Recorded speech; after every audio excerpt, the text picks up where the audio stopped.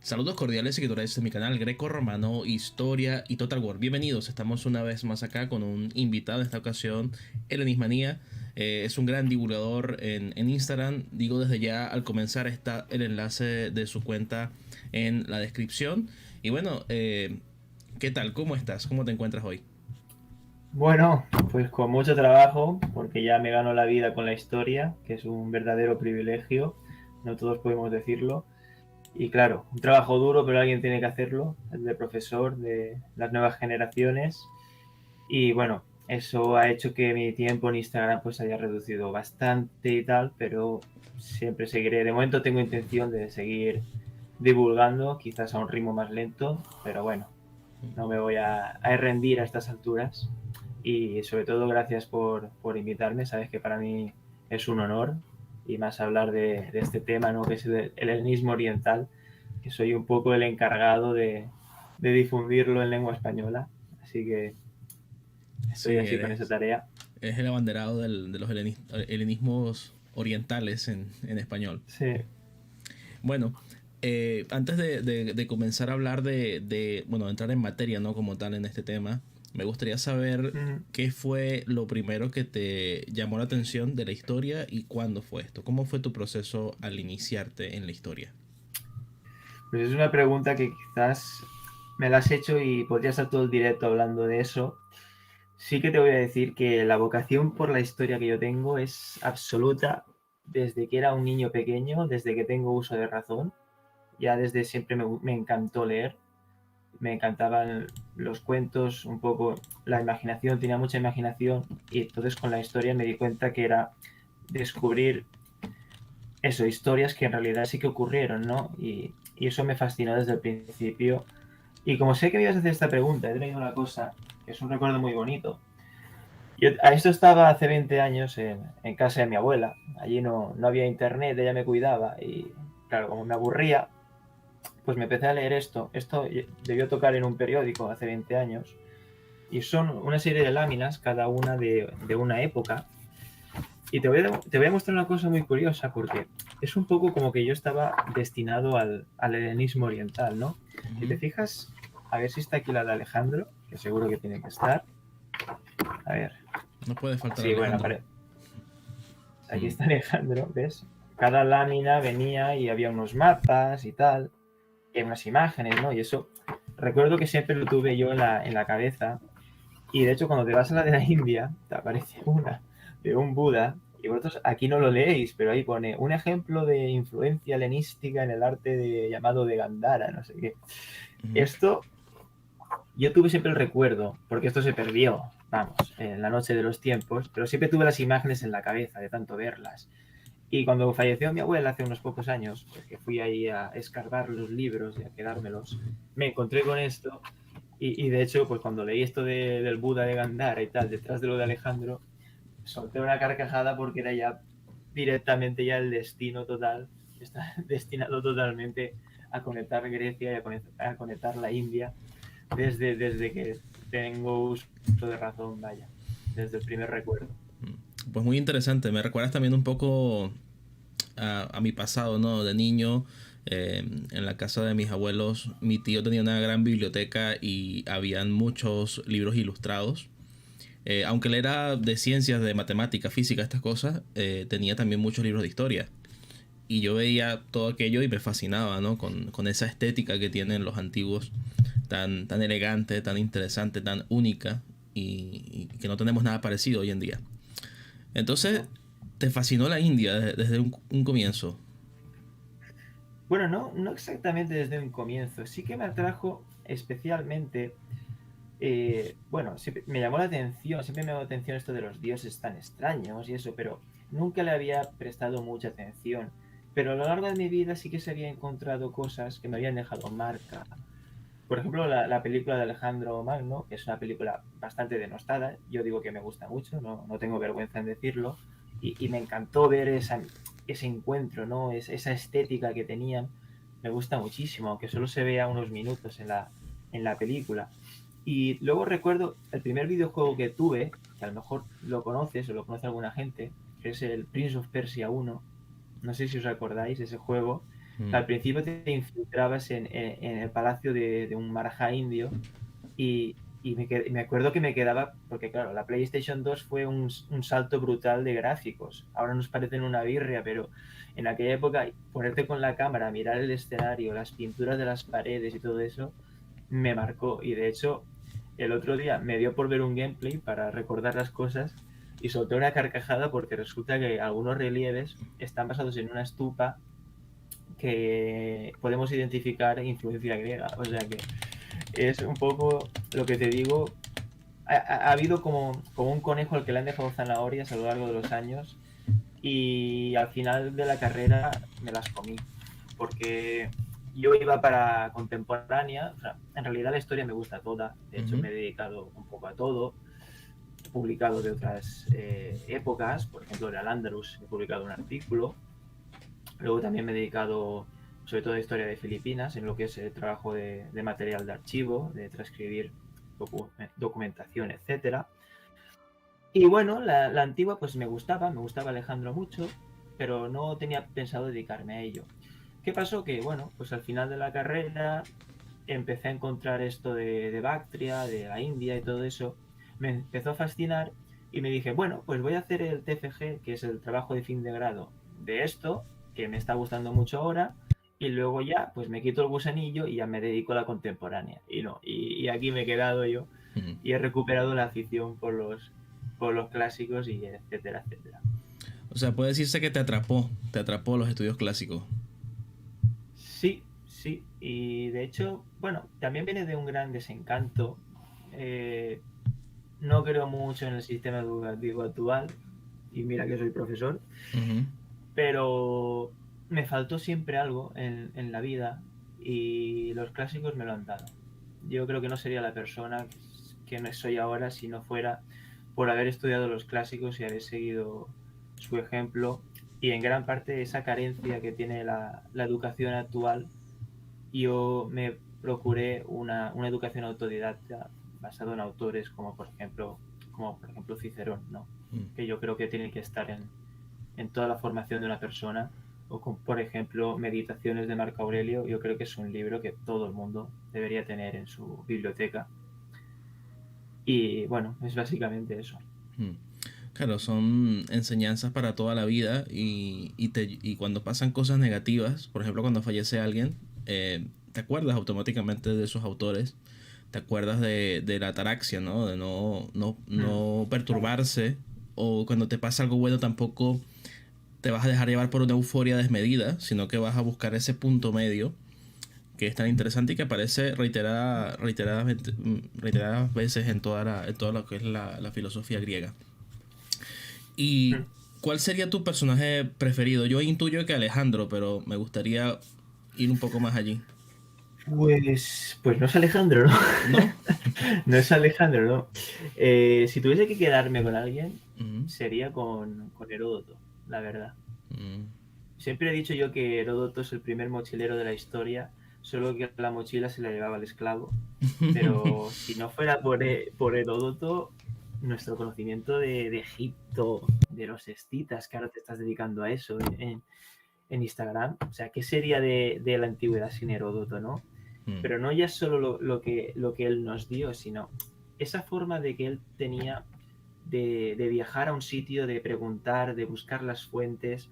Yo creo que es sin duda el padre de la historia y también es el modelo que a mí me gusta seguir para aprender y para cuando viajo. La verdad es que no me gusta viajar sin haber aprendido un poco del idioma, sin haber aprendido un poco de la historia. Yo siempre digo que la gente ahora con la moda del Ryanair y de ir a un lado para otro, en realidad visita sitios y no viaja, ¿no? Porque ir a un sitio, tomar 3 fotos y, y volverte, en realidad no es viajar porque no has conocido nada de esa cultura ni te has empapado, ni te has enriquecido con el viaje, ¿no? Y ese amor por Heródoto, curiosamente no me lo metió Heródoto, me lo metió mi escritor favorito, que es Richard Kapuscinski, que escribió un libro que se llama Viajes con Heródoto, en el que él iba viajando a países a los que se refiere Heródoto y comparando los pasajes con la actualidad y demostrando pues que en muchas ocasiones siguen siendo de mucha actualidad y muy curiosos. O sea que te da una perspectiva tanto del antiguo como o digamos de la evolución de época antigua a lo que se puede ver hoy en esos lugares. Sí, sí, y si Mm, nos fijamos en la época helenística, tenemos un poco todos los sucesos que han ido luego en el futuro, porque en la época helenística podemos ver, por ejemplo, colonialismo, podemos ver imperialismo, mm, podemos ver cómo una cultura se somete a otra, ¿no? Y cómo una lengua universal se extiende, podemos estudiar economía, ¿no? Podemos ver cómo se monetizan países, cómo se crean las primeras bancas. mm. No sé, yo creo que la época helenística es como una microhistoria en miniatura que además tiene el aliciente, ¿no?, de ser una verdadera telenovela. Cuando le dedicas paciencia y le dedicas un poco de dedicación, la historia de los reyes, de cómo se están matando entre ellos, de cómo esas tramas, esas personalidades, es tan fascinante que yo estoy seguro que si HBO o algo así se pusiera y hiciera una serie de época helenística, Mm. podríamos crear toda una generación de amantes del helenismo, porque realmente hay muchísimo material para ello. Bueno, pero tú viste lo que hizo Netflix, por ejemplo, con la Ilíada de Homero, ¿no? O sea, yo también temo que hagan cosas parecidas con, no sé, que me pongan a Ptolomeo como si fuera un personaje de Etiopía Sí. o vamos, de cualquier otro lugar, ¿no? Entonces tengo un poco de miedo y aunque me gustaría ver evidentemente más cosas así estilo Cinepeplum, como la gran película de Ujú. Alejandro, que a mí también me gusta bastante, sobre todo por la batalla de Gaugamela, también tengo ese temor de que eh, le quieran meter mano desde un punto de vista ideológico a la historia para incluir gente que no encaja con la imagen que tenemos de los antiguos en base a su propio arte y a sus propias representaciones en las monedas, por ejemplo, ¿no?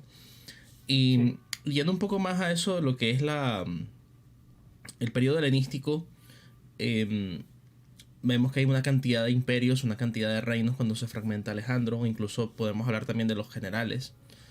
¿Cuál dirías tú que es el sucesor más legítimo, más digno de Alejandro? Bueno, yo creo que tendría que haber heredado el reino su hijo Alejandro, Alejandro IV, el hijo que tuvo con Roxana. Ujú, No solo ya porque fuera el hijo natural de Alejandro, sino también porque era habría sido la garantía, ¿no? de esa unión entre macedonios y persas, y haber llevado a cabo esa helenización del imperio, que si te fijas luego se repite esto con Seleuco y Antíoco. Antíoco era medio, bueno, su madre era de lo que es hoy en día Tayikistán, entonces Antíoco en realidad era un mestizo, y por eso él fue tan exitoso a la hora de crear el imperio Seleucida e integrar a los persas y integrar a Mesopotamia en el imperio, ¿no? Pero si me preguntas en cuanto a generales, bueno, yo creo que todos juegan un poco con la misma legitimidad, ¿no? En el fondo, ninguno era el elegido, y realmente fue un poco al más fuerte, al último que sobreviviese. Aunque yo creo que Ptolomeo fue un tipo inteligente, aunque creo que también eso de robar el cadáver de Alejandro fue un poco una acertada, ¿no? Alejandro tendría que haber ido a Macedonia y punto, y fuese quien fuese, ¿no? Si me preguntas si me quedo con alguno, en realidad no me quedo con ninguno, ¿no? Creo que le tengo un especial cariño a Seleuco, porque creo que él supo no solo ya imponerse militarmente, creo que Seleuco no es Alejandro, te digo yo por qué. Porque no hay un Arriano, no hay un Plutarco y no hay un Quinto Curcio que nos haya dado una biografía de él. Pero lo que podemos intuir de Seleuco es una vida impresionante. O sea, Seleuco era un don nadie. Seleuco no era nadie. De hecho, en la película de Alejandro ni aparece.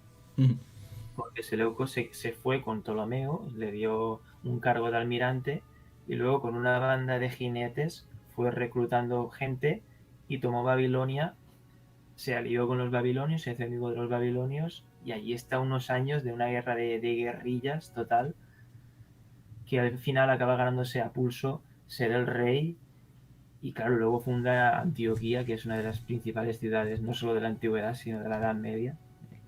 O sea, que yo creo que el mérito más grande lo tiene Seleuco, que es en realidad el que reconquista todo el imperio, porque la parte oriental del imperio se pierde por completo tras la muerte de Alejandro. Es él el que crea, en realidad, el mundo helenístico y el mundo helenístico en Oriente. Yo tengo una respuesta muy similar a la tuya cuando me hacen lo mismo, ¿no? Me dicen, ¿cuál es el general preferido? Claro, yo evidentemente, digamos que dejo un poco de lado el hijo de Alejandro porque como es un niño, o sea, yo pienso que tarde o temprano le iba a pasar lo que le pasó, de hecho, lamentablemente. Y justamente Seleuco tiene digamos, la cualidad de ser el único que mantiene a su esposa extranjera, a su esposa no griega. Entonces, de alguna manera es como la materialización del sueño de Alejandro, la hibridación de las dos culturas. Bueno, dos culturas entre comillas, ¿no? Porque sabemos que Oriente precisamente tiene esa diversidad cultural. Tenemos babilonios, tenemos persas, tenemos incluso otras etnias, otros grupos más antiguos. Y ahora, Bactria, por ejemplo. Bactria, que justamente vamos a ir moviéndonos hacia esa zona. Te vas a llevar allí, ¿no? Sí, vamos de Macedonia, pasamos ya con el gran imperio Seleucida, y quería preguntarte, ¿qué te ha cautivado entonces de los bactrianos? Y también por qué Bactria y quizás no Pérgamo, quizás no el Ponto, ¿por qué primero Bactria, no? Sí, bueno, yo creo que tenemos un gran desconocimiento de Asia Central, y bueno, nos pensamos que todo eso es un desierto, no sé, tenemos una imagen de un país pobre y tal, pero Bactria era una potencia económica, era un poco como Egipto, o sea, está el río Oxus y ellos vivían haciendo canales en el Oxus. Hay una civilización prehistórica con sus propios dioses, su propia arquitectura, sus propios sistemas. Era una sociedad muy, muy avanzada, la bactriana. Y claro, crear un reino, si os fijáis, todos los imperios posteriores, pero os estoy hablando hasta el imperio ruso, hay una continuidad territorial con el reino de Bactria que no se rompe en toda la historia, prácticamente. Las ciudades que funda Alejandro, que luego refundan los seleucidas y los bactrianos, estas ciudades son hoy en día capitales y ciudades principales de estas regiones. Por ejemplo, Kabul, que es la capital de Afganistán, era Alejandría del Cáucaso. La segunda ciudad más importante de Afganistán, que es Kandahar. Kandahar viene de Iskander, que es Alejandro, la ciudad de Alejandro, y de hecho al lado hay ciudades como Iskanderabad, ¿no? La ciudad de Alejandro también. Prácticamente hay un desconocimiento brutal, y yo creo que todo ese exotismo, toda esa civilización por encontrar, y salirnos un poco, porque tenemos en Occidente, en el Mediterráneo, siempre tenemos un poco la visión de los romanos, ¿no? Es lo que nos cuentan los romanos de los griegos. Por ejemplo, si tú te vas a excavar Alejandría, te vas a excavar Antioquía, la romana se conoce muy bien, la griega no tanto. O Pérgamo, por ejemplo. Siempre el nivel romano. Pero aquí tenemos verdaderamente, o sea, en Afganistán tenemos ciudades griegas, totalmente griegas, con un poco de elementos bactrianos o iranos, que realmente podemos ver esa cultura verdaderamente o sea, del periodo helenístico, que no lo podemos ver tan bien en otro sitio, y que también te da esa nostalgia, ¿no? Porque es como que este reino cayó, ¿no? Roma luego lo reconvierte todo, pero aquí se pierden las cosas o no se pierden, ¿no? Me fascina más, y el exotismo de estas zonas y tal me llama más. Lamentablemente no se puede ir allí como si se podía a principios del siglo XX, ¿no? La cosa ha cambiado bastante. Ujú. Eso de la civilización del Oxus a mí me fascinó porque no es que la haya descubierto, pero sí fue cuando lo profundicé, cuando fue toda la locura esta de Afganistán hace poco. Sí. Que hice unos videos, unas series en directo eh, hablando, ¿no? De lo que había allí, de lo que estaba en peligro, lo que se podía perder desde el punto de vista arqueológico por la llegada de estos chicos Sí, barbudos, sí. ¿no? Entonces, Ujú. ¿te parece si nos describes un poco esa civilización del Oxus? Bueno, es básicamente lo que os he dicho, porque realmente no tenemos escritos, no tenemos, bueno, sí que los hay, pero no nos cuentan un poco, no nos cuentan tan profundamente, pues este era el rey, tenía este nombre, ¿no? Y se vestían de esta forma. Es más verdaderamente prehistoria, verdaderamente estudiado desde la arqueología.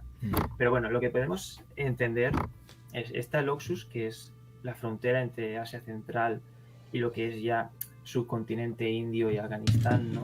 Mm. Es la puerta de entrada natural a la India. Si te fijas, todos los imperios que han gobernado en la India se extienden del noroeste de India, que es Pakistán, hasta un poco de Asia Central. Heredan ese sistema que Casi que empiezan los vertical, ¿no? grecobateanos. Como vertical Sí, la sí, formación. exactamente. Exactamente. Bueno, a lo que me has preguntado. Ujú. Bueno, tenemos una civilización urbana, tiene sus propios dioses, sus propios templos que hemos encontrado. De hecho, hemos encontrado templos de época seleucida en que están dioses bactrianos, y además están, por ejemplo, el culto real a los dioses a los reyes seleucidas, por ejemplo, o a los reyes greco-bactrianos. Es muy parecida en lo que es la agricultura a Egipto. Se excavan canales de irrigación. De hecho, sabemos que en la antigüedad pues era todavía más fértil Afganistán, el río tenía mucho más caudal, incluso podemos hablar incluso de una navegación fluvial, ¿no? De una comunicación fluvial. De hecho, ahora no lo recuerdo, pero hoy en día hay un topónimo entre Afganistán y Tayikistán, que es un lugar de cruce del Mm. río, que el nombre deriva del griego, del nombre que le pusieron los griegos. Mm. Eh, el río hoy en día es el Amudaria, los griegos le llamaron el Oxus. Eh, y sobre todo las ciudades son un poco como colonias agrícolas, como castillos, ¿vale? Castillos que tienen como una especie de acrópolis en el centro, luego están rodeados de murallas, y todo el espacio alrededor es un espacio fértil en que trabajan los campesinos, y luego trabajarán los colonos griegos, y en caso de ataque, en caso de necesidad, pues se mete dentro de la ciudad.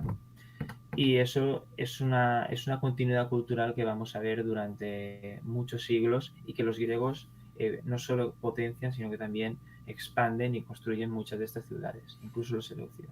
Claro, ahí están viendo en pantalla, puse en pequeñito en medio de los dos una imagen del Oxus. Eh, esta sociedad se integra al imperio Meda, al imperio luego aqueménida, y permanece así Sí, hasta que los griegos comienzan ya luego a cambiar un poco su arquitectura, los espacios, ¿no? Como tal, con las ciudades que se están fundando y refundando también. sí, sí, así es. Bueno, sí que hay algo de fuentes sobre la conquista persa, creo recordar de Ciro, nos hablaban un poco, aunque creo que es un poco en clave legendaria. Pero bueno, no olvidéis que Bactria es un poco un reino, no un poco, no, es realmente el territorio principal en Oriente, es la base, el sátrapa más importante, que suele ser, por ejemplo, el hermano del rey o alguien muy importante, tiene el cargo de sátrapa de Bactria, como luego lo tendrán en época helenística. El gobierno de Bactria no se da a cualquiera, porque desde Bactria, que además es la más rica, puedes controlar toda la parte oriental, es clave para eso. Y por eso tampoco nos extraña que se hiciera hincapié en el esfuerzo colonizador, porque aquí vinieron a vivir miles de griegos, seguramente más de 10.000 griegos vivirían en colonos griegos asentados en Bactria. Y sí, en época que venida se mantiene bastante la cultura bactriana y tal, sí que hay una infiltración, por ejemplo, se difunde el uso del arameo, eso sí que es verdad, pero ahí sí que hay un cambio cultural con los griegos. Empezamos a ver que en las ciudades aparecen pues, capiteles corintios, aparecen formas de escultura griegas, templos que son medio griegos, medio autóctonos. Es una mezcla cultural bastante fascinante, aunque hay pocos ejemplos que estudiar, porque desgraciadamente es una zona muy conflictiva y de hecho algunos de los yacimientos más importantes o han sido saqueados o se han destruido, desgraciadamente. Sí, es el problema de todas las transformaciones culturales que se dieron de la Edad Media en adelante. Y una cosa que también me llamó bastante la atención y que te quería comentar es Sí, también sí. la presencia de los elementos indios, ¿no? Ya hablamos de lo que, por ejemplo, en los Vedas, Sí, Kabul aparece en los Vedas, el río sí. Kabul, ¿no? Y entonces vemos esa otra cultura, esa otra matriz de lo que es ese grupo que se suele llamar como indoeuropeos, lo vemos allí presente. ¿Cuál es el gran atractivo del punto de vista estratégico, del punto de vista comercial y del punto de vista también militar que tiene esta zona? Y por eso lo que comentabas previamente, ¿no? De los persas que siempre colocaban allí a un familiar, a alguien de muy alta confianza, ese gran traslado de griegos también hacia esa zona. Tiene algo que ver también con los contactos que hay más al norte, hacia el Taklamakan con China, y con obviamente los pueblos bárbaros esteparios. Sí, sí, claro. Bueno, si quieres empiezo respondiendo desde el punto de vista indio. Sí, Ujú, en el conocimiento geográfico indio aparecen estas regiones, son conocidas. De hecho, encontramos en Afganistán colonias de la civilización del Indo, colonias mineras, porque os recuerdo que desde Afganistán se extraía el lapislázuli, que ujú, encontramos exportado incluso en Egipto, ¿no? La tumba de Tutankamón, por ejemplo. ujú, Eso lo hemos constatado y de hecho luego en las fuentes griegas se nos habla de la población india de esta zona. De hecho, Aracosia, que es el sur de Afganistán, en algunas fuentes griegas aparece como la India blanca. Y ujú. por los nombres sabemos que parte de las élites de estos territorios son gente india. De hecho, entre la muerte de Alejandro y la reconquista de Seleuco, hay un rey en Bactria muy misterioso que se llama Sofitos, ¿vale? Que seguramente sea la versión griega de un nombre indio, seguramente Subuti, y este rey hace monedas que se basan en la cabeza de Atenea, pero ya se basa en Atenea, pero haciendo su retrato, y es realmente un retrato de estilo griego, pero de un guerrero, un jefe, un rey guerrero indio de Bactria, no de la India. Mm. Y luego me pregunta, sí, dime. Y te decía que ¿Yo? esta gente, me imagino que ya por su propia condición y por su propio lugar geográfico eran políglotas, ¿no? Me imagino hablando lenguas de la India, hablando lenguas iranias, hablando arameo que lo trajeron los persas, hablando quizás alguna lengua esteparia.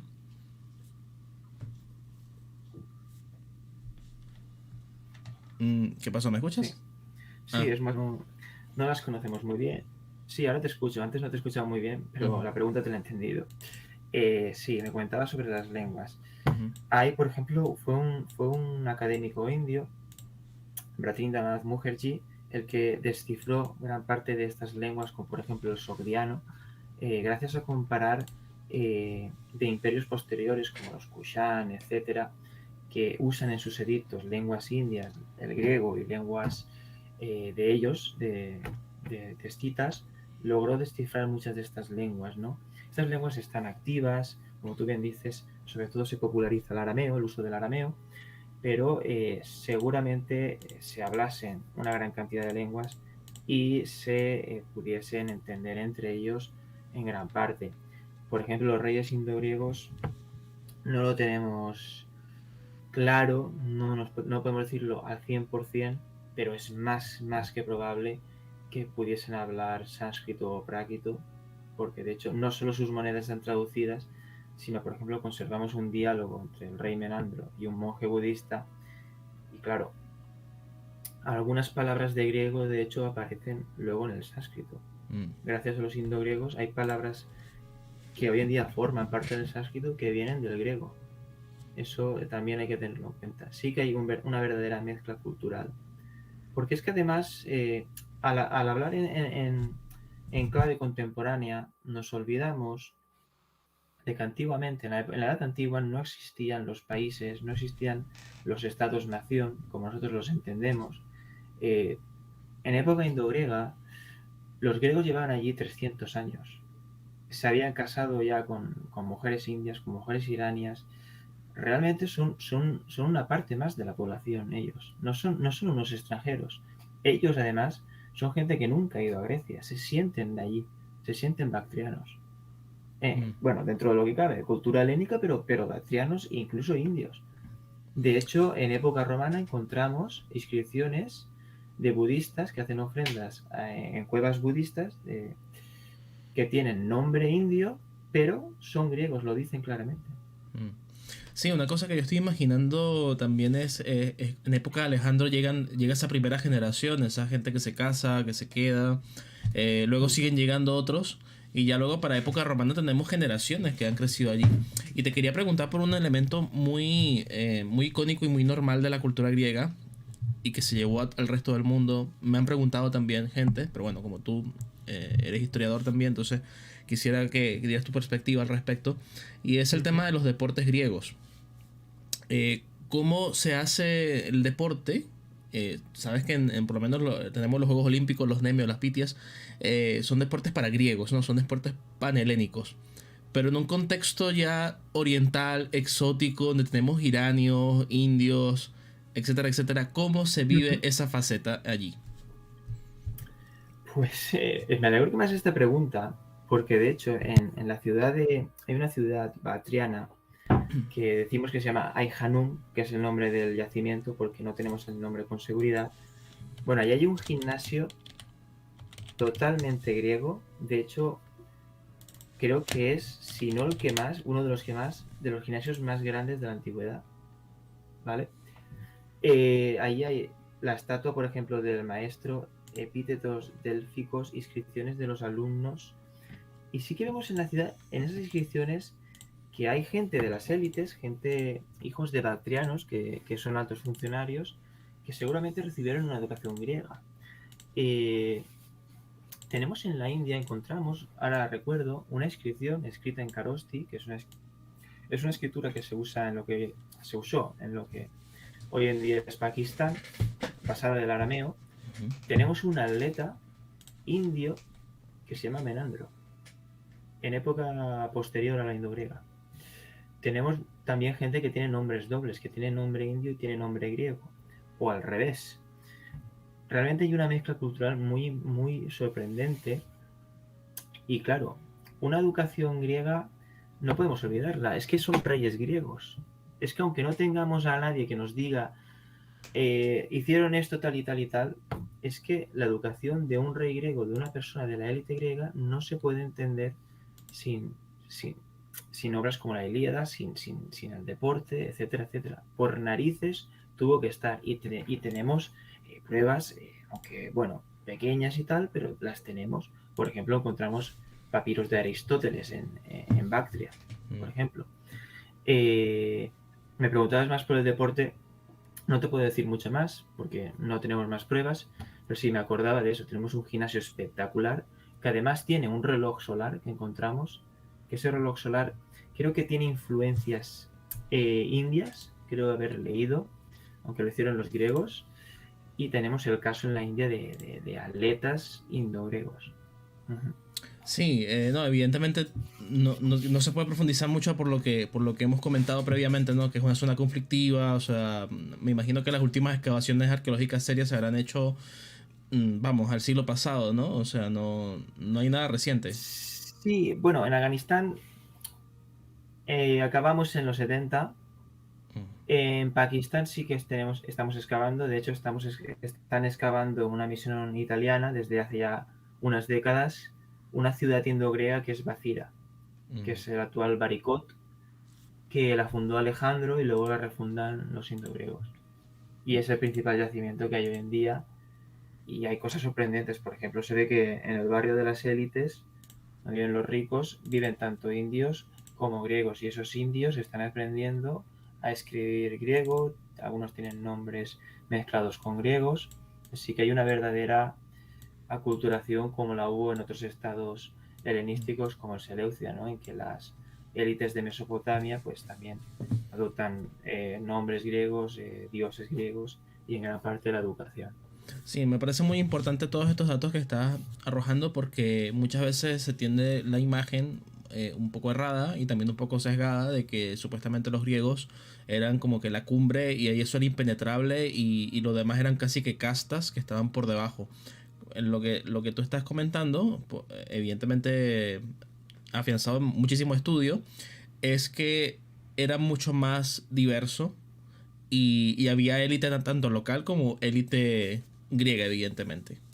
Yo hace poco estuve leyendo el texto de Sabiduría de los Bárbaros, que también lo estaba leyendo un amigo en común que tenemos, que es Richie, y ahí se habla de justamente eso, de cómo, por ejemplo, si es verdad que habían élites locales, pero evidentemente que las élites griegas como que tenían una mayor oportunidad para sobresalir en estas sociedades, concretamente en el contexto parto. En el contexto bactrio, ¿no es así? ¿Es parecido? ¿O es más inclusivo, por decirlo entre comillas?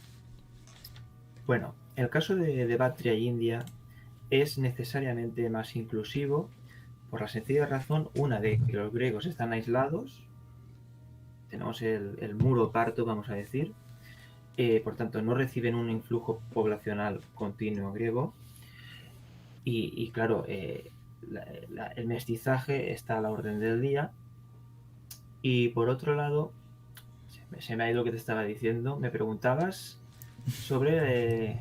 Te se me ha ido preguntaba, totalmente. sí, tranquilo.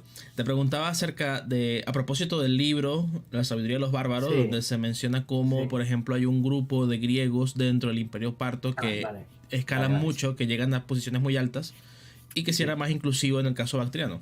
sí. Es más inclusivo, pero sigue habiendo una predominancia del elemento griego.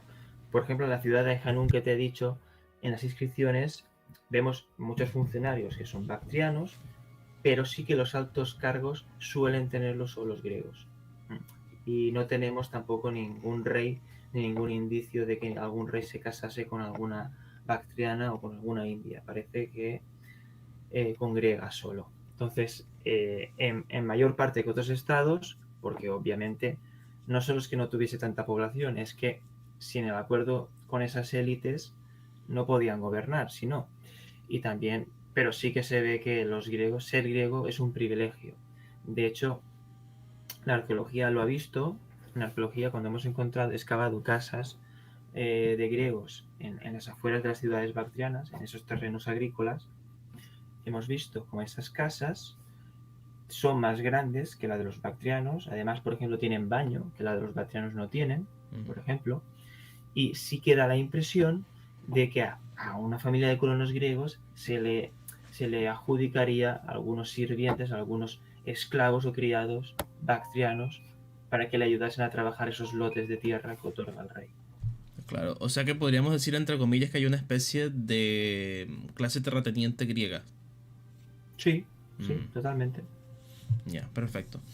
Otra cosa que quería, quizás es muy arduo, tú verás si es muy arduo, está bien. Adelante. Si pudieras hacer una especie de resumen, más o menos cronológico, de cómo es que surge el reino bactriano y los reinos ¿Mm? indogriegos. O sea, cuáles serían como esos eventos Vale. claves. Y evidentemente puedes mencionar lo que has publicado en tu cuenta, que lo dicho, está puesta en la descripción, pueden seguirlo, Sí. tiene material allí genial. Ujú. Bien, pues nos centramos, una vez ha muerto Alejandro, Seleuco es el que reconquista esta zona y crea una nueva ola de colonización totalmente. De hecho, pone a su hijo Antíoco, que como os he dicho es medio sogdiano, y él se encarga de fundar masivamente ciudades, prácticamente restaura casi todas las Alejandrías y trae nuevos colonos griegos, sobre todo gente pobre de Asia Menor, a la que le dan tierras, están casi a 5.000 kilómetros, pero claro, llegar aquí y una tierra tan fértil como la de Bactria significa convertirte en terrateniente. Eh, y bueno, sobre el 250 a.C., en que el Imperio Seleucida tiene su crisis, yo creo que decisiva, la tiene muy pronto, de hecho, que es la guerra de los dos hermanos. Una vez muere Antíoco II, sus dos hijos, Antíoco Hierax y Seleuco II, se pelean por el trono, y ahí Bactria se desliga del Imperio Seleucida, sobre todo porque ya el sátrapa, por las comunicaciones, ya era prácticamente un rey independiente, y ya luego por los partos, ¿vale? El sátrapa de Parte también se revela y luego vienen los verdaderos partos que se quedan en la zona. Entonces él aparece un poco como el defensor de lo griego, porque mientras los reyes se están matando, nosotros estamos aquí abandonados y están viniendo los bárbaros y se está destruyendo todo. Entonces él aprovecha para, Diodoto se llama, para independizar Bactria y lo consigue.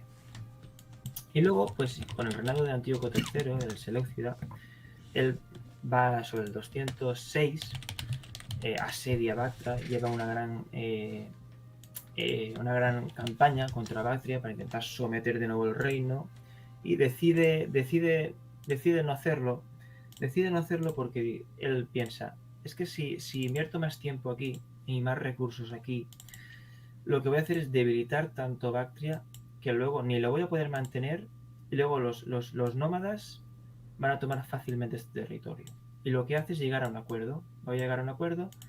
El rey de Bactria que me pague tributo y se queda independiente y se queda aliado mío. Cuando se va Antíoco III, los bactrianos vuelven a estar independientes, pero vuelven su ojo a la India. Antíoco, que también ha pasado por ahí, la ha dejado debilitada, el imperio Maurya de los indios se ha resquebrajado y se ponen masivamente los reyes bactrianos a conquistar poco a poco el territorio que en su día Alejandro había conquistado. Una cosa para, Entonces, perdona, una cosa para sí, puntualizar en la mentalidad de los Seleucidas en ese contexto es ver a Bactria como una especie de estado tapón que va a frenar a las amenazas que están más allá. exactamente, exactamente. Como una isla griega entre los partos y para que me salven de los partos y de los nómadas, pues como mal menor, por lo menos que haya un estado griego allí y el día de mañana, si lo conseguimos, ya iremos. Pero para que hayan bárbaros o hayan partos ahí, que hayan griegos. Y ese es un poco la idea, que es bastante acertada en mi opinión. Ujú. Aunque bueno, Patria pues invierte muchos recursos en la conquista de la India, en la defensa de Asia Central. Ellos en el nivel arqueológico se ve que a veces reconquistan una fortaleza, la pierden, un rey gobierna, otro no. Es un poco como una lucha en los fortines contra las hordas nómadas. Bueno, al final Bactria cae sobre 150 a.C. y los territorios de la India van a seguir independientes más de unos 200 años más. Sobre todo, pues una serie de reyes griegos provenientes de esa nobleza greco-bactriana son los que van a gobernar principalmente lo que es el actual Pakistán. Y bueno, pues, finalmente caerán también contra ese empuje escita que luego pues unifica todo este territorio, los Kushan, ¿no? Al final, y recogen en gran parte la influencia helénica. Claro, hay una cosa que muchas veces la gente dice, ¿por qué el imperio? Imagínate la terminología, ¿no? Y intuye tú que hay algunas carencias allí en cuanto a conocimiento.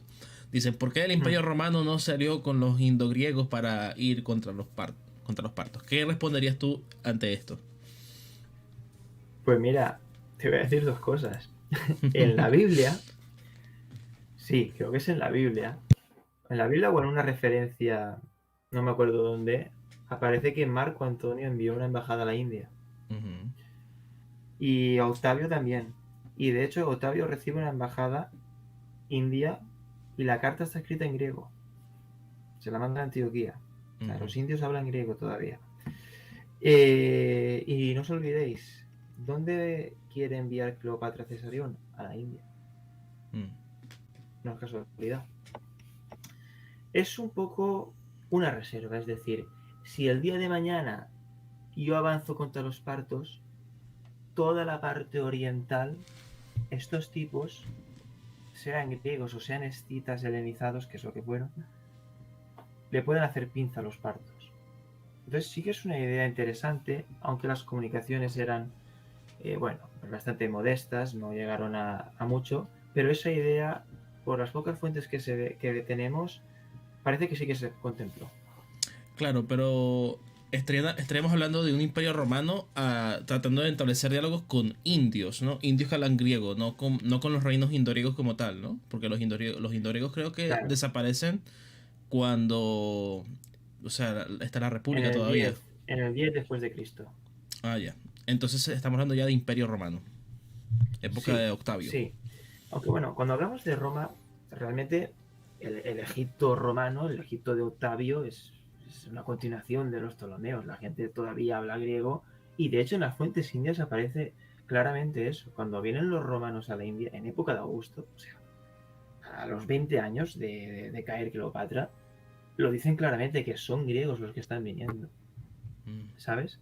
Y las fuentes romanas de la época también lo dice. Son marineros griegos de Egipto los que van a la India. mm. Y de hecho están escritos en griego. Y Es que, claro, tendemos estos... a pensar, Sí, dime. sí, es que tendemos a pensar que a partir de este año que esto es Roma, ya se habla latín, ya está todo perfecto, todo el mundo romano, y no es así.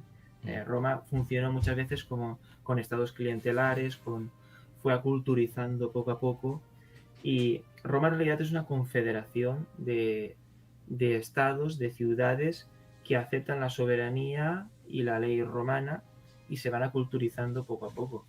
Pero en un primer momento sigue manteniendo grandísima parte de la estructura previa.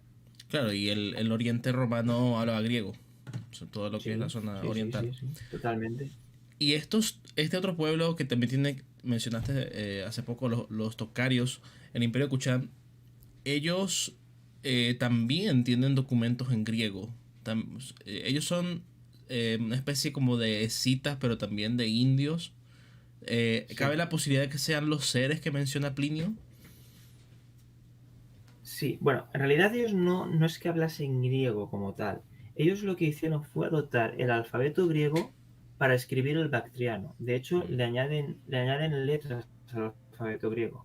Y es por eso que podemos leerlo y lo tenemos descifrado. Eh, Me preguntas sobre los seres. Sí, los seres tradicionalmente pues se ha pensado que era Sérica, China. En realidad Sérica y los seres, los autores clásicos se refieren a la cuenca del Tarim. La cuenca del Tarim es el Turquestán chino, la parte más occidental de China, ujú. ¿vale? Un poco al oriente de las últimas posesiones griegas de Alejandría Escaté. Sería un nombre para referirse a las tribus nómadas que sí, ya en época helenística, de forma indirecta, trajeron cosas chinas al estado bactriano y cosas griegas a territorio chino, gracias a eso. No sé si me habías hecho alguna pregunta más, es que no me acuerdo bien. Sí, o sea, te preguntaba, digamos, en un cúmulo de cosas, ¿no? Era acerca de los tocarios, acerca de la presencia del griego Sí. allí, lo respondías, decías que usaban el alfabeto griego, pero para el bactriano, y sobre los seres, Mm. básicamente. Que los seres se pensó muchas veces Sí. que eran los chinos, porque decían que Mm. estaban más allá del Himalaya. Pero tal parece que Sí. esa referencia es porque estos pueblos que ocupan en la zona del Tarim y del Taklamakan anteriormente estuvieron Mm. por allí y luego parece que los chinos Han los asientan en esta zona Sí. como estados Sí, protectorados también. para precisamente hacer barrera Sí, otros sí. estados tapones contra los nómadas, ¿no? Ujú. Sí, sí. De ahora, Y... sí, di tú primero y después te pregunto. No, adelante, adelante. Sí, te quería preguntar No te acerca preocupes. de la bibliografía, ¿no? ¿Cómo podríamos ahondar más en estos temas? Yo entiendo que es casi todo en inglés, ¿no? En español casi no hay nada. No, no hay nada. Inglés y francés, prácticamente todo. ¿Sabes lo que pasa? Que gran parte de lo que hay escrito es, por ejemplo, lo que hay algunas notas en catálogos numismáticos. Por ejemplo, yo tengo uno aquí. A ver, que lo busque. La numismática siempre salva a los historiadores. Sí, ¿ves? Ujú, Este catálogo, que en teoría el mejor hecho hasta la fecha, aunque se va a hacer uno nuevo ya. A ver, por ejemplo, aquí tenéis, ¿veis? ujú, Monedas, ujú, ¿vale? Pues este catálogo incluye un comentario histórico, está escrito en francés, especulando un poco, pues este rey puede ser hijo de este debido a tal, y la cronología es más o menos tal, y etcétera, etcétera. Luego sí que hay libros de divulgación, sobre todo si buscáis información sobre las excavaciones de Hanum, ujú, te podéis encontrar información muy interesante. Se escribe AI, como suena, AI latina, KH Anoum, ¿vale? ujú. Se escribe así. Sí, Y ahí tenéis, de hecho yo sí. puse imágenes de Icanon cuando estábamos hablando de esa ciudad. Ah, muy bien, vale. Es que yo desde aquí no lo veo, ya lo sabes. Ujú, Y sí, libros hay bastantes. Lo que pasa es que como las fuentes son tan escasas, uno tiene la sensación de que siempre están repitiendo todo, ¿no? Siempre están hablando un poco de lo mismo. Y yo recomiendo, la gente que quiera echar una ojeada, que quiera empezar, os recomiendo iros a la Wikipedia en inglés. No está mal. No os fíes de todo. Sobre todo, no os fíes de la cronología de los reyes, porque está desactualizada. Pero para encontrar alguna inscripción, para empezar a familiarizarse con monedas, con fuentes indias, por ejemplo, no está nada mal. mm, No está nada mal. De hecho, creo que lo tengo aquí. A ver, mira. ujú, Sí, exactamente. Tengo aquí este libro, que es Las preguntas de Milinda. Milinda es Menandro, es un rey indogriego. ujú. Es el único libro del periodo indogriego que tenemos. Es un, es un diálogo parecido a los diálogos platónicos. De hecho, se ha especulado alguna vez que tenga alguna relación con eso, con la filosofía griega. Eh, es un diálogo que hace el rey con un monje budista con la intención de convertirse al budismo y da algo de información. No mucha, pero es un libro muy interesante de leer y en muchas cosas te recuerda a la filosofía griega y es bastante instructivo. Yo lo recomiendo. Te iba a Y preguntar, ¿el traductor quién es? Porque me sale Melinda Gates y sí, no estoy buscando a Melinda no. Gates. Las preguntas de Milinda o Milinda Paña, escrito con ñ, Lucía Carro Marina. El editorial Biblioteca Nueva. Colección Taxila. Ujú, Esto lo compré yo en Amazon. Creo que todavía estará disponible. ujú. Y merece la pena. Merece la pena. Es un libro bastante bonito. ¿Qué tal la introducción? ¿Tiene una buena introducción así como para el tema, cronología o algo? Pues realmente no. Realmente va directamente Va a la directo al grano. fuente. Ya. Sí, sí. Una cosa que Eso sí que es verdad. me fascinó hace poco, bueno, cuando estaba haciendo mi campaña del Imperio Seleucida en el Diviete Impera Rome II, el Mm. momento previo a hacerla estuve investigando algunas fuentes y me conseguí fuentes indias, donde precisamente creo que era Maurya hablaba daba los nombres que en la India se le daba a los reinos griegos. Me pareció muy interesante. Y quería saber si tú conocías la perspectiva que había en la India, o al menos en algunos reinos de la India, en este periodo Mm. más o menos, puede ser Maurya o puede ser lo que viene luego, del el Sí, mundo griego. O sea, ¿qué pensaban los indios de los griegos? sí. Bueno, los indios tenían un gran interés en la India. Sobre todo los soberanos. Mm, De hecho, es posible que los reyes, los emperadores Maurya, tuviesen en parte sangre griega, porque nos aparece algunas fuentes que dicen que Seleuco dio una hija a Chandragupta en matrimonio.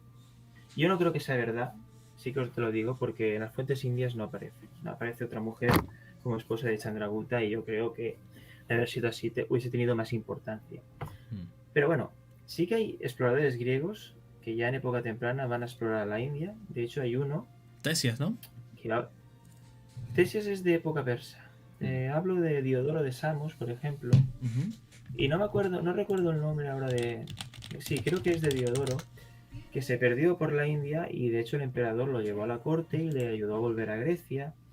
Megástenes, que es el embajador seleucida en India, que escribe una obra que es la Índica, que hoy en día se ha perdido, solo conservamos fragmentos, pero es de las principales obras de estudio de la India antigua. Te habla de las castas, te habla de la economía, de la sociedad. Y Ateneo en los Deimosofistas recoge algunas cartas entre soberanos seleucidas y los emperadores Maurya. Y ahí hay cosas muy, muy interesantes, por ejemplo, que los emperadores Maurya tienen un nombre griego. Bindusara tiene el nombre griego de Amitócrates, por ejemplo. Y Asoka se llama Piadiso, creo recordar. Y por ejemplo, pues Bindusara le pide a Antíoco, le pide que le traiga un sofista a la corte. Si le trae un sofista es porque está interesado en la filosofía griega, ¿no? Le pide también vino que el vino es una costumbre de la aristocracia, ¿no? De la aristocracia helenizada. Pide también higos y le envía afrodisíacos a la corte seleucida. Yo creo que es bastante representativo. Y sí, los Maurya ya enviaron misioneros budistas al mundo helenístico. De hecho, los Maurya conocían, sabemos, hasta Cirene y Epiro, conocían un poco la realidad política, quién estaba gobernando allí, etcétera, etcétera. Y de hecho lo tenemos en inscripciones en India que hablan de estos reinos e incluso de monjes budistas griegos también. Muy interesante eso. El budismo tiene algunas cosas muy similares algunas ideas estoicas. Uh-huh. Así que podemos imaginar a personajes así como Polonio de Tiana precisamente viajando hasta allí y a conocer, a escuchar y que haya habido un verdadero intercambio. Y claro, eso de conocer la realidad política del otro extremo del Mediterráneo o del otro extremo del mundo en este caso, habla de un comercio intenso. Sí.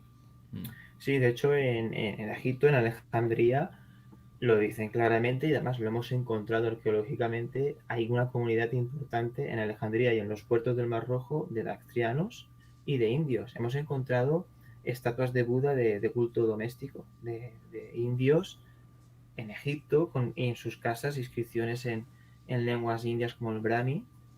O sea, esta gente está viviendo allí y indudablemente tuvo que haber un contacto, una influencia, quizás no llega más. También hay que pensar, muchas veces se tiende a exagerar contactos, ¿no? Porque muchas veces se encuentra una coincidencia, yo qué sé, entre el budismo y algo del estoicismo y ya pensamos, bueno, seguro que fue una influencia griega. A ver, también puede ser que se desarrollase de forma independiente y se llegase a la misma conclusión, que es bastante factible. Pero, por ejemplo, hay una fascinación por la India, sabemos de jóvenes egipcios de época romana, que son greco-egipcios o greco-romanos, que son estudiantes de filosofía, por ejemplo, o aventureros que se embarcan hacia la India para conocer cosas, y algunos incluso que vuelven, ¿no? Algunos que están viviendo, tenemos incluso, creo que había un espartano que se va a vivir a la India y dicen que pasó años viviendo con un maestro semidesnudo, o sea, seguramente con un yogi de estos de India, y luego vuelve. Este tipo de cosas, tenemos algunas fuentes que lo dicen, también tenemos fuentes de estudiantes así románticos, viajeros, que se embarcan a la India en su juventud y ya no volvieron, o se perdieron, o se quedaron allí. Pero sí, existía en el comercio, en las relaciones comerciales, existía en la investigación científica, eso existía ya. Había gente como en otra época Darwin, o si habéis visto la película de Master and Commander, lo habéis visto, ¿no? Que ahí hay el naturalista de la tripulación, pues eso estaba ya. Claro. De hecho, tenemos mucha información precisamente de autores griegos como Teofrasto, de la botánica de especies, de plantas indias y todo eso, debido a esa curiosidad y esas exploraciones de época greco-romana en la Claro. India. Y una cosa que pueden buscar, investigar los oyentes, los que están viendo el directo, es el periplo del mar Eritrio, que es precisamente esa ruta romana que baja por todo el Mar Rojo, que va hacia la zona de Arabia y sigue hacia la India. ¿Hasta qué punto crees, en base a tus investigaciones, que pudiera haber algún contacto entre el mundo mediterráneo y la China de los Han, por ejemplo? Bien, vamos a ver. Contacto directo absoluto entre el mundo romano y el mundo chino lo hubo en época de Marco Aurelio. Llegó una embajada china, pero esa embajada no triunfó. No triunfó, en primer lugar, porque tardó unos casi 3 años en hacer el viaje. Y en segundo lugar, porque los objetos que llevaron los romanos a la corte y tal no impresionaron al emperador. No, él vio que tampoco era una cosa tan sorprendente ¿Cuál es la como para hacer fuente? una ruta. Sí, ¿cuál es la Sí, fuente de este contacto entre China y Roma? pues si no recuerdo mal, creo que era algo de geografía de Ptolomeo, creo recordar. No me Ujú. acuerdo, pero era un autor grecorromano. Aunque bueno, en la India sí, en la India tenemos comunidades grecorromanas viviendo en la costa y con su propia cultura. De hecho, en la geografía de Ptolomeo se señala en el sur de la India un lugar donde habría un templo de Augusto, y es bastante posible. Mm.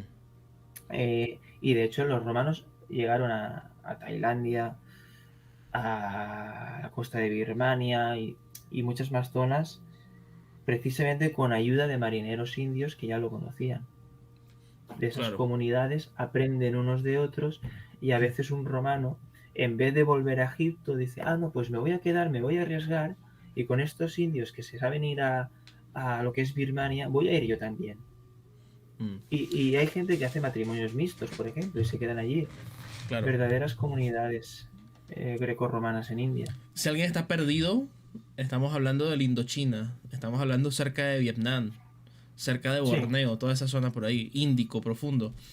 Eh, la gente quizás imagina que eso era como algo, como tierra ignota, ¿no? Totalmente desconocida y recién navegada por portugueses, ingleses y compañía.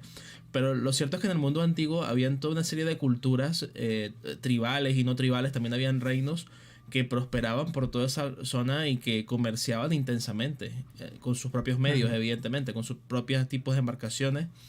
Y gradualmente en época de los Han, comienza a tener también influencia china y por eso es que toda la zona de Indochina también se transforma, ¿no? Y adopta elementos arquitectónicos chinos, elementos religiosos chinos también. Eh, pero sí, es muy interesante, ¿no? Hablar por lo menos contigo estas cosas y sacar a relucir un mundo antiguo mucho más interconectado de lo que la gente sí, imagina.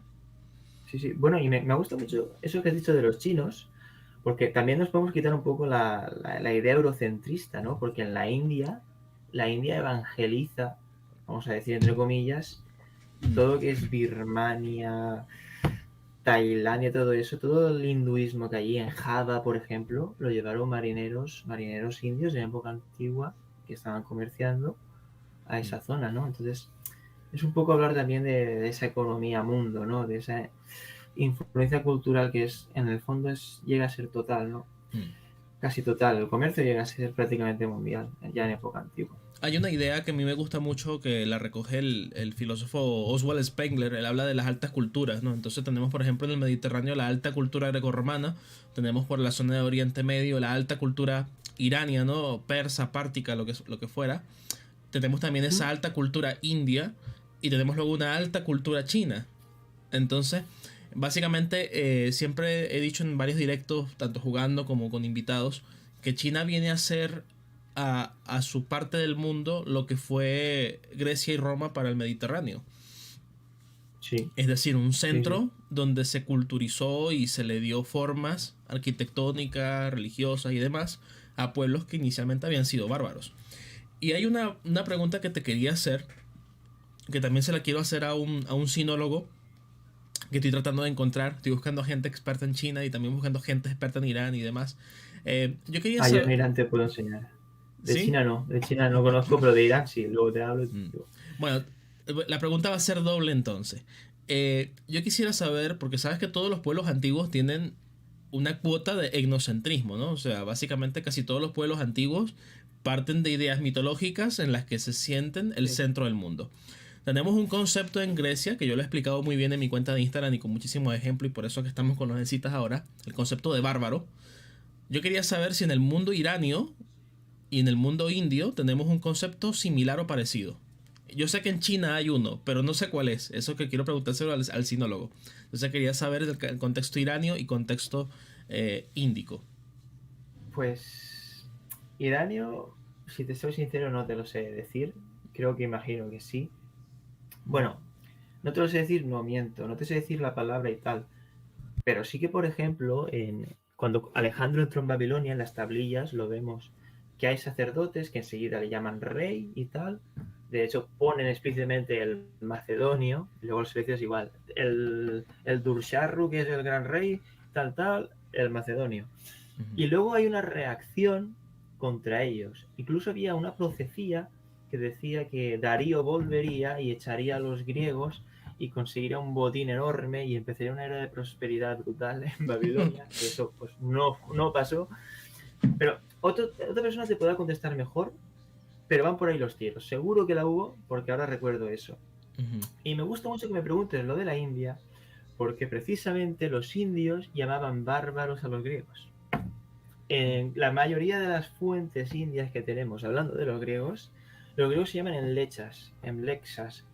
Se escribe M-L-E 2 Cs H-A-S, ¿vale? No lo sé pronunciar bien, ¿vale? Eso significa bárbaro en sánscrito.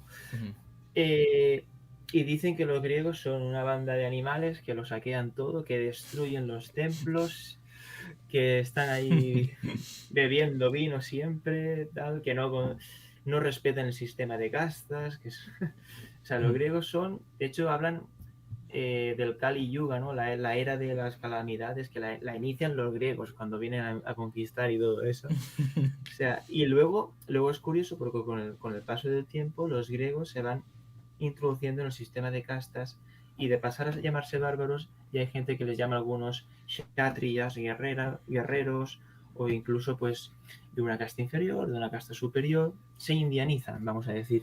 Pero sí, eran considerados en un primer lugar bárbaros, y en gran parte de la tradición india quedó, por ejemplo, hay un episodio en el Mahabharata, si no me equivoco, que es una epopeya india, 4 veces más larga que la Biblia, en la que un tal Kala Yavana, Yavana significa griego, pero no sabemos qué rey, fue derrotado por el dios Krishna, que bajó a la tierra a derrotarle, porque este rey estaba haciendo una gran cantidad de barbaridades.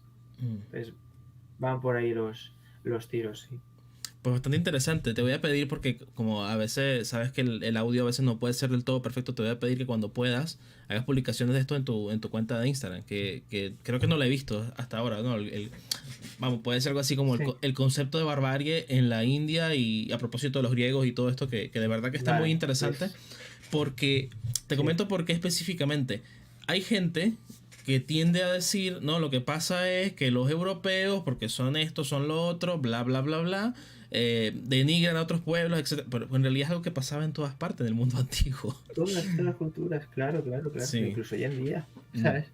O sea, sí, a veces pecamos de eurocéntricos, pecamos de criticar el eurocentrismo, creo yo, y no vemos la viga, o sea, ¿cómo se dice el dicho ese? En el ojo ajeno, ¿cómo era el dicho ese? Bueno, la viga en el ojo ajeno. Eso. Sí. Eso, que los dos también tienen su telilla, ¿eh? Y siempre lo estamos criticando demasiado, creo yo, a nosotros. Sí, de hecho yo, como percibirás por mi acento, ¿no? Yo crecí en Venezuela. En Venezuela hay una tribu, los caribes, bueno, también los conocerás por las crónicas de India. Y los caribes decían Ana Karina Roten, o sea, que significa solo nosotros somos gente. O sea, el resto... No, ellos nada más. Son inferiores, ¿no? Sí, entonces sí. Es una constante en los pueblos antiguos, y eso parte precisamente de esa mentalidad mitológica de un origen divino, claro, providencial, que hace que un grupo prospere en un momento dado, y ellos tratan de justificar su propia prosperidad indicando que, bueno, tienen una serie de características que le hacen superiores al resto. Bueno, tenemos 1 hora y casi 10 minutos. No sé si te gustaría comentar algo, responder alguna pregunta que hagan en el chat. Sí, si me las dices. Yo encantado. A ver. Bueno, gente preguntando cómo estamos. A ver. Por ahí vamos. Sí. Vivir es luchar, diría Seneca. Yo creo que no se puede describir mejor. Dice, la ciudad de Ai-Khanum es una excelente muestra de la simbiosis entre lo helénico y lo netamente oriental, dice Mauro, que tiene la cuenta Anticuarte. Dice, en Sí, un rato me tengo que ir, así que si en algún momento leen mi comentario, perdón, les dejo un saludo a ambos y para que la Enigmanía me conozca, soy el administrador de la historia antigua. Me encanta su trabajo. Te lo manda ese comentario. Mauro. sí, creo que me suena de Instagram. Creo que sigo esa cuenta. Un abrazo también. Ujú. Sí, bueno, y preguntaban por lo del reino grecobactriano, que justamente ahí fue cuando te pregunté, hice que hicieras el resumen. Mm. También estuvo Richie por ahí comentando. Ah, Eh, Dice, de hecho, a ver, Juan Carlos Molina dice, ¿qué objetivos geoestratégicos o económicos tenía la proyectada campaña en Arabia de Alejandro? Y dice, de hecho, el icónico gorro boina pastún es heredado de Macedonia. Bueno, eso es otro comentario aparte. sí, vale, pues Arabia era muy importante porque, por ejemplo, en Arabia, o sea, sabéis que la navegación a través del Golfo Pérsico, o sea, todo lo que viene de la India y tal, tiene que ser navegación de cabotaje, tiene que parar poquito a poco en esos puertos y, claro, comercialmente es muy rico porque todo el incienso, especias y todo eso para en los puertos árabes y se produce en los puertos árabes. Por tanto, era muy lucrativo. Los romanos, por ejemplo, intentaron conquistar Arabia. No lo hicieron. Y se consumía en todos los templos de todo el mundo. Sí, sí, se exportaba masivamente para poner en los templos. Y de hecho, Antíoco III, la ciudad de Gerrea, que está al suroeste de la desembocadura del Golfo Pérsico, ¿vale? Lo que se acaba en Mesopotamia, la hizo un estado clientelar que tuve que pagar ahí muchísimas toneladas y toneladas de incienso. Y de hecho, había una satrapía específica en lo que era el Golfo Pérsico en época seleucida, con sus puertos, sus fuertes y sus estaciones, para que tenía una flota propia, que incluso llegaría a lo que hoy en día es el actual Omán, precisamente para vigilar y para controlar el comercio entre Arabia, India, Mesopotamia en el Golfo Pérsico. Así que sí, eh, Arabia se conquistó, se unió al helenismo ya en época posterior, siguiendo ese plan que tuvo en su día Alejandro, y era muy, muy rentable económicamente, claro. Claro, y otra cosa, Y... perdona que te interrumpo, otra cosa que también es No, no, importante es que hay adelante. lugares, hay reinos, hay entornos culturales que no tenían una forma de reino sofisticado, pero por irradiación de las grandes corrientes helenísticas, de la formación de grandes reinos, también comienzan a hacer sus propios procesos para formarse, Mm, constituirse mm, y formar parte de ese gran tablero mundial de geopolítica antigua. mm. De hecho, encontramos en Arabia monedas, por ejemplo, del reino de Saba, que son monedas de imitación de Alejandro o de Atenas, escritas en un árabe, bueno, en un árabe primitivo. Pero sí, Mm, sí, se encuentran monedas griegas. Por ejemplo, en Arabia Saudí se encontró un tesorillo de monedas mm. de época de Alejandro.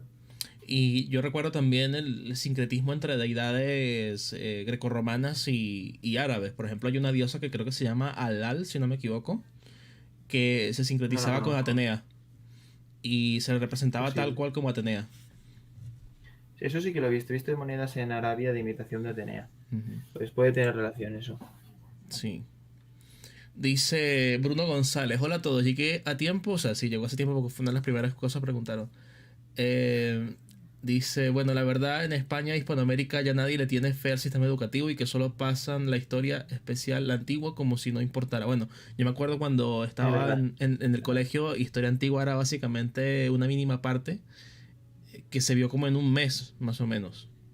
No, igual, igual. Aquí en España igual. Mm, Es una lástima, pero mira. Pues sí. Bueno, no había más preguntas por lo que veo, gente saludando y demás. Hablaban de la boina, ¿no? De la boina macedonia esta, Sí, ¿no? eso fue lo que hizo Juan Carlos Molino, la boina que usan los Sí, el pastún. Pacol se llama. Pacol. Pacol o Chitrali se llama. Mm, Sí, pues cuando ves un dibujo, las pinturas estas macedonias de Vergina, de la tumba de Vergina, cuando ves alguna escultura, incluso monedas grecopatrianas, ves esta causia y es realmente muy, muy parecida al Pacol, es prácticamente idéntica. Así que es bastante probable que esto se quedara aquí, se difundiera con los griegos y se quedara aquí con el paso de los siglos, aunque sí que creo también haber leído que no fue tampoco tan popular hasta hace 300 años. Entonces, tampoco creo que sea una coincidencia que hicieran un sombrero tan parecido, pero hay que ser más cauto. No creo que podamos decir que ya masivamente se usa desde época de Alejandro, no, sino que queda ahí en el recuerdo y poco a poco, pues en los siglos anteriores, siglos más recientes, se ha ido popularizando hasta convertirse en un icono de esta población, ¿no? Prácticamente pues en Afganistán o en Tayikistán, incluso en zonas de Pakistán, lo lleva prácticamente todos los hombres. O sea que podría ser como una especie de reacción o de símbolo del nacionalismo de esta gente cuando estaban formándose los primeros estados-nación. Bueno, ves que Afganistán fue un estado tapón entre el imperio de los zares Sí, y el británico. bueno, de hecho Afganistán hizo un billete que con el reverso tenía el reverso del, o sea, en la parte anterior del billete estaba el reverso de las monedas del rey Eucrátides, de Bactria, que son Castor y Pollux, y pone ahí Basileus Eucratidus. Mm, Y esas monedas existen, y de hecho el Banco Nacional de Afganistán lo tenía de emblema. mm. Estaba escrito ahí Castor y Pollux, y estaba escrito en griego. El emblema lo podéis buscar en Google. Eh, Sí, National Bank of Afghanistan y ponéis Eucrátides o algo así y yo creo que os tiene que salir. Sí, bueno, una de las cosas interesantes que tiene la historia reciente de ya, Afganistán, ok, que tienen los países de Oriente en el siglo XX, antes de los grandes movimientos de tipo revolucionario islámico, es que tuvo monarquías. Afganistán también tuvo una monarquía. Y por ejemplo en Persia también hubo una monarquía. Y bueno, incluso el rey el de aquella época, el Shah, hizo un desfile Esa, de estilo así es. aqueménida. Entonces Sí, sí, sí, sí. había un Sí, interés. Lástima que se perdió, sí, pero en aquel momento había un sí, sí. interés. No, no, es muy curioso. De hecho, yo pensé seriamente en hacer el trabajo de fin de grado del Shah, el último Shah, de Mohammad Reza Pahlavi, porque él adopta grandísima parte de los aqueménidas. De hecho, él llamaba a su dinastía la dinastía neo-aqueménida. Mm. Su hijo se llamaba Ciro, príncipe Ciro. Si os fijáis en retratos de él, aparecen en sus medallas, en sus insignias, símbolos persas, como el Aura Mazda. El Aura Mazda, por ejemplo, figuraba en el escudo de la Sabak, que era la policía secreta del régimen. Y como tú bien dices, él hizo su coronación en Persépolis. Invitó allí a todos los reyes del mundo y hizo una procesión real ahí para coronarse en Persépolis. Sí, sí, como una base para legitimar ahí el poder de Persia, de basarlo en ese pasado glorioso de los aqueménidas. Es muy interesante. Esas similitudes son muy interesantes. Claro, es a la vieja usanza. Acabo de encontrar la imagen del billete, la puse aquí, me está tapando a mí ahora mismo, solamente te ves tú y el billete. Vale, yo es que no la veo, por eso. Sí, para que todo el Vale, mundo vale. pueda verlo y pueda fascinarse con la imagen que de verdad que Sí. es impresionante. Y Exmas que es un gran amante de cuestiones orientales y demás, dice, una duda de los indopartos, ¿tuvieron contactos con los indogriegos o son de periodos posteriores? Son un periodo posterior, inmediatamente posterior, pero sí que tuvieron contacto. Tuvieron contacto en primer lugar porque los griegos no desaparecieron, ¿vale? Siguieron viviendo allí, aunque a lo mejor ya no eran los reyes, ya no había un estado gobernado por los indogriegos, aunque algunas dataciones de monedas que se han propuesto sí que incluso pues parecen de avisar de que Alejandría del Cáucaso, por ejemplo, permaneció con una dinastía griega cuando los indopartos ya estaban gobernando ya más al sur. Entonces es bastante probable. Si no con cortes, es decir, si no con un reino griego al lado y el parto al otro, con griego es segurísimo, porque de hecho Gondofares, según Apolonio de Tiana, pues hablaba griego. Ujú. De hecho, él lo dice que se educó en griego, lo que quiere decir es que recibió una educación griega en Taxila, de hecho, era la capital del reino indogriego. Y es muy, no, es seguro que hubo contactos entre indogriegos e indopartos y quizás también entre las cortes de estos Mm, reyes. claro. ¿Te gustaría decir algo a propósito del arte, de la influencia del arte que es evidentemente hecha por griegos o por escuelas Sí, griegas en el contexto de ese lejano oriente? sí, sí. Bueno, normalmente en libros de arte, libros buenos, libros, estoy hablando de publicaciones de editoriales importantes, publicaciones que se presentan, ¿no? Como obras generales de estudio del arte. Cuando te vas a la India y ves esto, aparecen dos líneas y dice: algún trazo de influencia helenística se ve debido al paso de Alejandro por esta zona. Ujú. A ver, señores, Alejandro conquistó lo que hoy en día es Pakistán y estuvo 2 años en la India. Pero es que en esa zona, unas décadas después, tuvimos más de 200 años de reyes griegos. Eso hay que tenerlo en cuenta. Y es que hemos encontrado en la India esculturas griegas. De hecho, si lo pones en Google, hay una Atenea hecha en Gandhara. Si pones Athena Gandhara, Gandhara lleva H después de la H, después de la D, perdón. Tranquilo. Tú lo sabrás, claro. No hay lugar a dudas. O sea, es Atenea totalmente. Es una Atenea, de hecho, hecha con el esquisto verde, esta piedra india Ujú. tan común. Está hecha seguramente por artistas indios que han aprendido técnicas griegas, pero no hay lugar a dudas. Hay una escultura indogriega. ¿Indogriega por qué? Porque la han hecho artistas indios que han aprendido de artistas griegos muchas técnicas que luego van a reproducir por ejemplo, la escultura budista. Claro. Tú te coges una estatua de Artemisa y la pones al lado de una de Buda, es que es idéntica.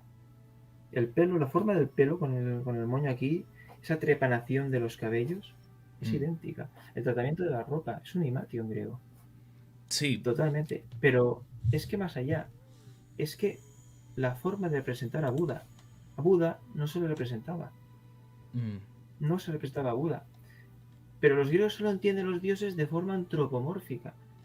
De hecho, en las monedas de los reyes indogriegos tenemos a veces las primeras representaciones de dioses hindúes, como Balarama Mm. o como Lashmi, porque los griegos no entienden un dios sin ser antropomorfo.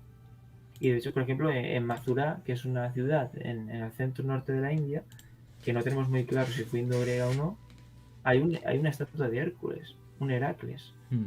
Y es Hércules totalmente porque está con la maza y el león del Nemea. O Exactamente. sea, También hay relieves, de diferentes escenas sí, míticas. sí, sí, sí, y aparecen griegos, porque aparecen instrumentos de música griegos, aparecen gente que son vestimenta griega, totalmente. Mm. Columnas corintias, todo, ¿Tú todo, todo, todo. crees que esa influencia griega llegara hasta China y que tuviera algo que ver con el arte chino de los guerreros de terracota y compañía? Eso lo leí yo alguna vez, yo eso no lo creo tan posible. Eso está basado en una fuente china, me parece que es el Huangshu, Ujú. que habla de que en las regiones más occidentales habían estatuas colosales y que el emperador las quiso copiar. Pero a mí me parece bastante rizar el rizo. No sé, no lo veo, Mm. El no libro lo veo de, demostrable.